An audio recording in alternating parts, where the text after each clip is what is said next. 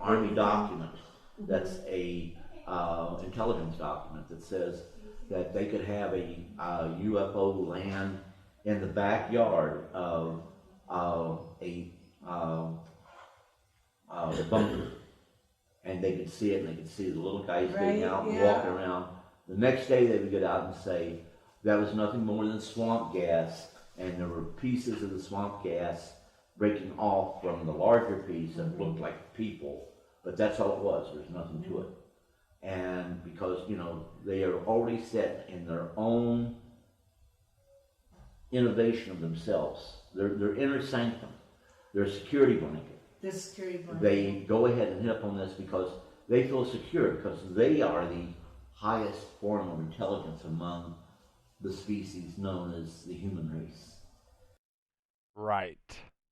What's going on, you guys? My name's Alex, and I've been studying the extraterrestrial UFO phenomena for about 4 to 5 years now. I know whistleblowers, I've read plenty of documents, papers, books, interviews, testimonies, pretty much anything related to this field, you name it, I've pretty much, I can't say I've seen it all because I haven't, but I've seen a great deal of information, and I'm really excited to share all of this with you. Um, Today, we're going to be looking at an interview of Sergeant Clifford Stone. He was I guess you could say he's a telepath. He served in Vietnam, so he's been around for a while now. This is an interview just kind of discussing a little bit about his history. He has great interviews on Gaia TV if you want to check those out. Emery Smith is the one that does his interviewing on that one. But yeah, let's go ahead and get into it. I'll go ahead and restart the video so we can get a quick thing. So the interview is actually done by, before I start, the interview is actually done by Portal to Ascension. Make sure to follow them. I'll go ahead and leave a link in their description. They do great work over there. That's one of my great favorite sources for this information. So if you guys want to find out more about this topic, more about them, please check them out. There we go. And January of 2017, the CIA released documents within the CIA General Records file. Now, there's over 1 million documents in that file, and they're not cataloged by any specific groups, period. These files are records that they went through under the CRESH program and reviewed them, and they decided to declassify them. Now, once they were declassified, they were sent to the National Archives. Okay, because we have another library where we keep all of the stuff, And the National Archives. And I will add one thing to people ought to know, that you spend a lot of time downloading documents because you know where to find them, and you know that this is the actual physical proof, this is the actual documented proof of what you're saying. Even though you have the experiences, he's done the retrievals, and you got very emotional at the Washington Press Club about the letting go of the one being, and you were reprimanded for that, right? Mhm. And you let him go, and you said you'd do it again. but that's why you try not. Yep, so this is actually an encounter. Sorry, I'm smoking a cigar here because why not? So this is actually, he's describing an encounter, or she is talking about an encounter that he had. He was on a military base. They had, and this is all a testimony that he released on Gaia. So basically, the whole premise was he's on a military base, fenced-in military base, you know, the whole nine. So what he did was he basically knew there was an extraterrestrial there. He felt sorry, empathy for the extraterrestrial. He's very sensitive. The man is very sensitive. He has a very in tune with his emotions. He's very emotional. Um, so he realized that this extraterrestrial was, it was, he telepathically knew that it was missing its family. They have families just like we do, yada yada yada, right? So uh, basically, he knew that this being was missing his family. So what he did was he decided to help break it out.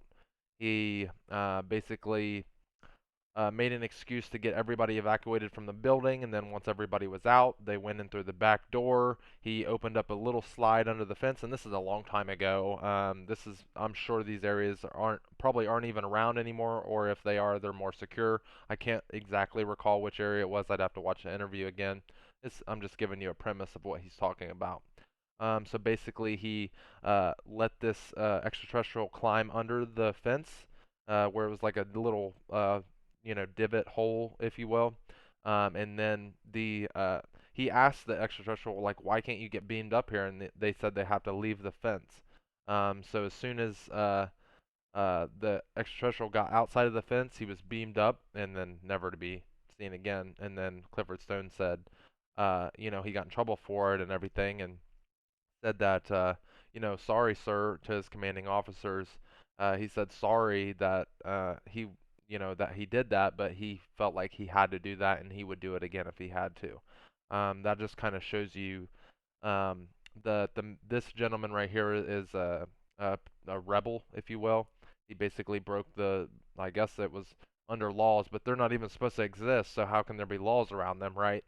So he's one to fight for what he believes in, and one to try to do the right thing at all times, and just kind of show compassion and humility for all beings that he interacts with. So I applaud him for that, and I applaud him for his testimony. With that, let's get back into it. Talk about personal experiences because you relive them. You relive While them. you're talking, it happens yeah, again. You can see it in living color. Yeah, and it's living color, 3D. It's like you're not here. I mean, all of a sudden you're in a different period of time, and that's something that a lot of people don't understand. Barney and Betty Hill, Yeah. which was the first known UFO abduction. They were the first ones to come out 5 years after the event took place. The event took place in 1961. They started to talk about it in 1965. It was traumatic. It had a very dramatic effect upon them. Right. And the psychologists had hypnotized them in different locations, and they were telling the same story.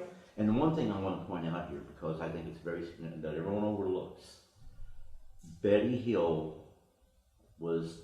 she was scared just like Barney. And she was thinking, people aren't going to believe this, people aren't going to believe this. And one of the ETs that was trying to make her understand, you're going to be released here shortly. So don't be alarmed. Don't think that, that anything bad's going to happen. You were trying to reassure her.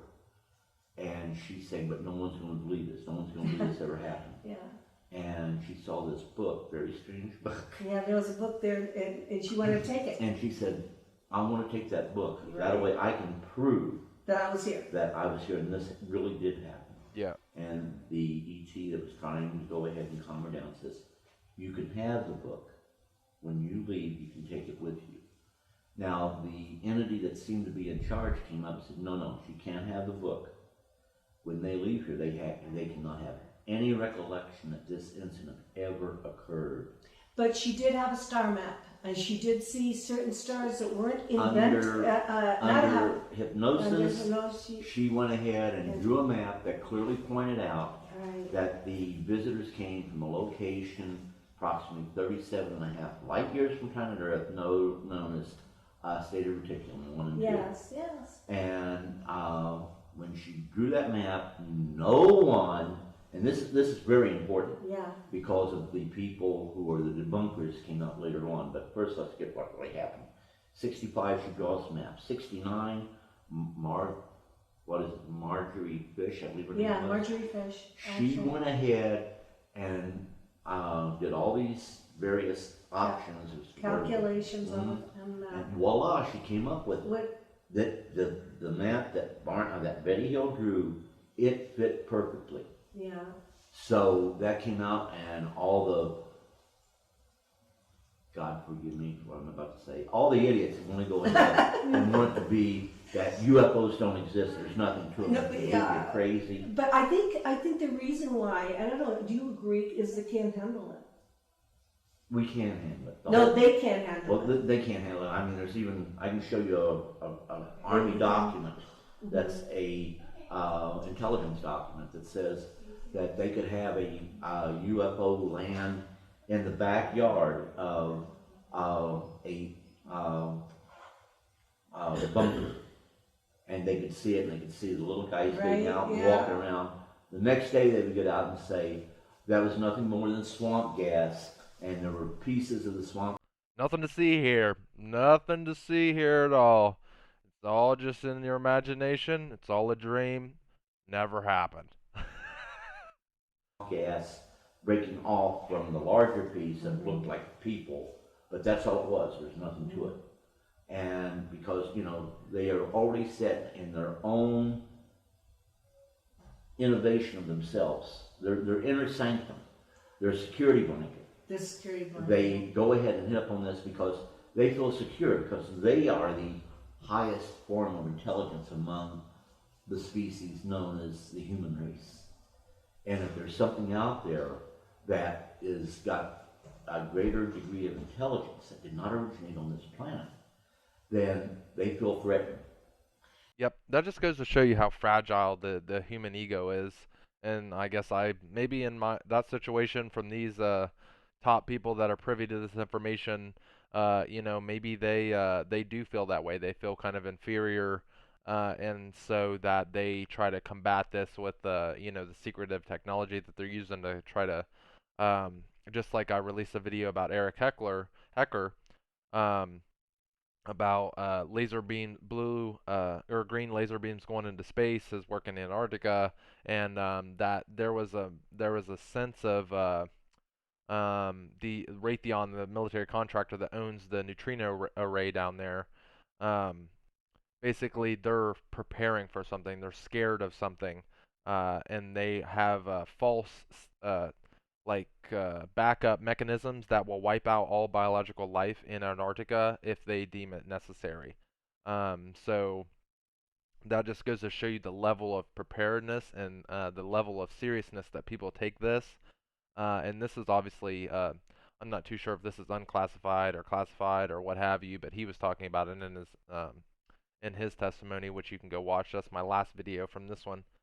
Um, and so it just goes to show you how it's not only compartmentalized, it's just the human ego is just so fragile that they feel like they have to take these extreme precautions necessary, which there are, I'm sure, negative extraterrestrials out there that want to destroy humans and the like. But I think more chances than not, there are positive extraterrestrials that want to help humanity, help us learn to be one, if you will, learn to be in cohesiveness all together, and that they that's what's wrong with us right now. We're a warring species. We're constantly threatening each other with nuclear weapons.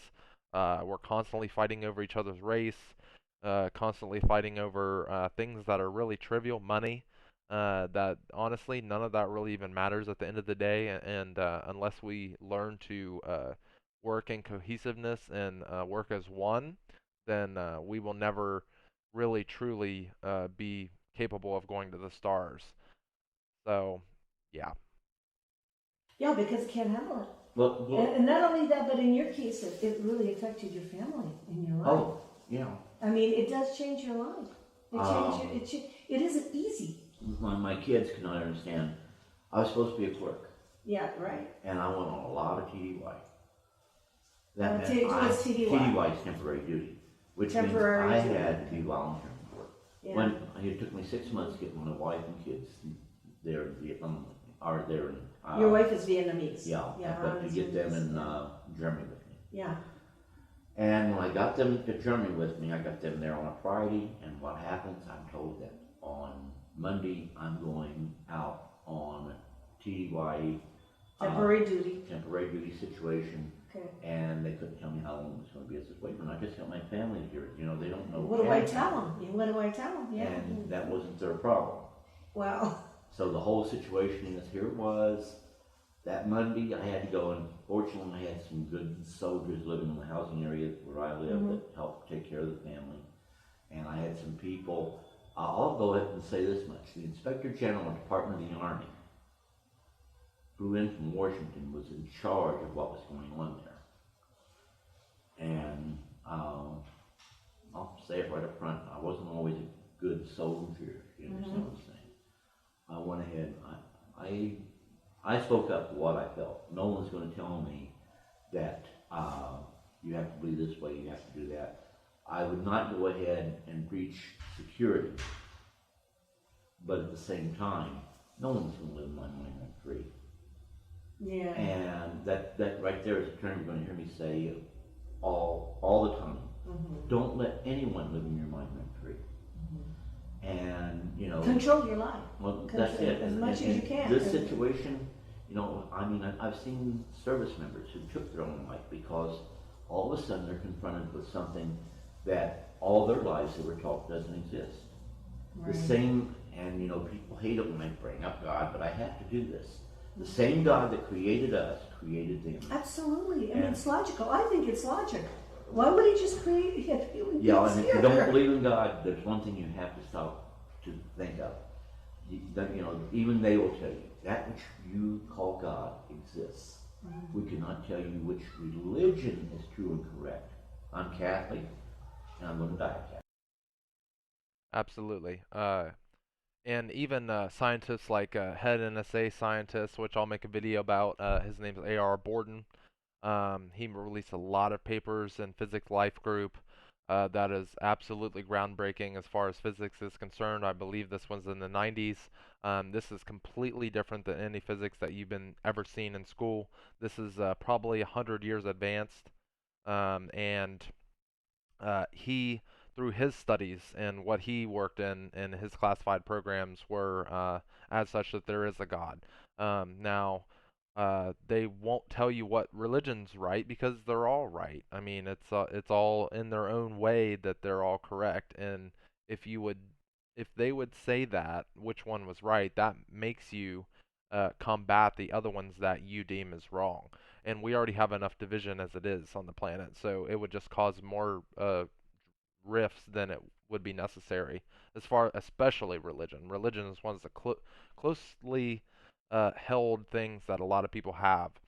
So, in my personal opinion, there is the Christian God is not necessarily what we, the King James version of the Bible and such. I believe it's consciousness that's permeating the universe, and that we are all inside a giant toroidal megasphere that basically permeates life throughout. It's like the breath of life just permeates existence. It always has and always will be. There was no Big Bang, in my opinion, based on what I know from these extraterrestrials passing down this knowledge. Star people, Indians out west, or Native Americans, I should say. So it's yeah, but it is technically kind of the same God as the Christians. It's just and Christians and Muslims and everything like that. It's more or less we're fractalized versions of God, and the God that created us is creating constantly through us. So that's kind of my take on that, and that's kind of what he is alluding to here. Right, but I'm not going to try to force feed other people to be Catholic because I'm Catholic. I understand, and what people have to understand is that we are more similar than different in all of the religions. They are more similar than different, and it shouldn't be the religion that separates the human being, because they're all created by one. And the one thing that is very sad, I can prove this scientifically also, because there's scientific documents on it, is that the universe didn't just happen, and we know this scientifically, that from the time of the Big Bang all the way up to present, little things at just the right time had to happen for intelligent life to appear anywhere in the universe. So to say, oh, no, it just all happened, But you know that the Vatican through Monsignor Balducci, who's a very close friend of mine, said, of course, he said there's a hierarchy. God created beings that are on different levels of consciousness. Some are more evolved, and the evolved ones can come here. We can't go anywhere. We're stuck here because we're still playing the same old games. We can't go out into outer space and meet them unless we absolutely grow up in our consciousness. That's it, and they are also, even to this day, trying to... Look at that guy in the background. He's just like, what kind of interview am I looking at right now? You get a better understanding of us. Yeah. He's And like, yeah, tells this person that's with him, he's just like, yeah, let's get out of here. the way they do that is they choose people worldwide Uh-huh. who they want to interact with at a very young age. Like you. Yes, and go follow them all the way throughout their life, learning from them. You can't just go and land on the White House lawn and say, take me to your leader, because you're going to get the politics of that nation or Right. that group of Yeah, people. why would they land here? They can land in China, or they can land in Absolutely. Russia, and they could land And anywhere well, they it's want to. happened.